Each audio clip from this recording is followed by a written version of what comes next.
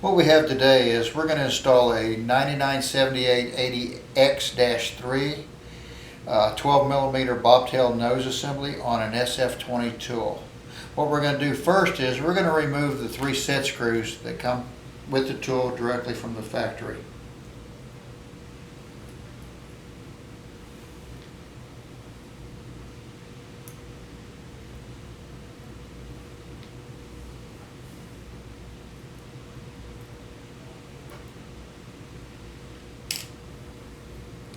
And then what we're going to do is we're going to separate the puller and extension from the anvil assembly. And this is a left-handed thread. And what we're going to do is we're just going to screw this all the way down until it bottoms out.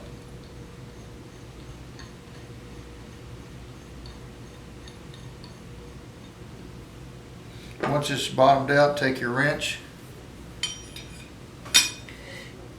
and tighten it down.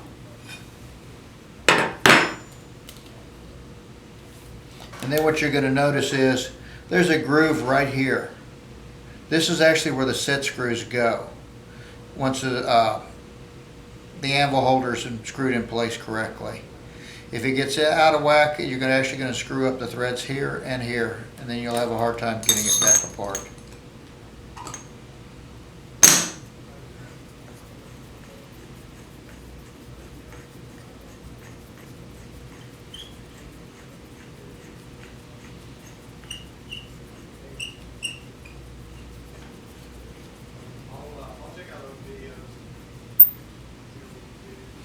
And at this point, I'll go ahead and put my set screws back in.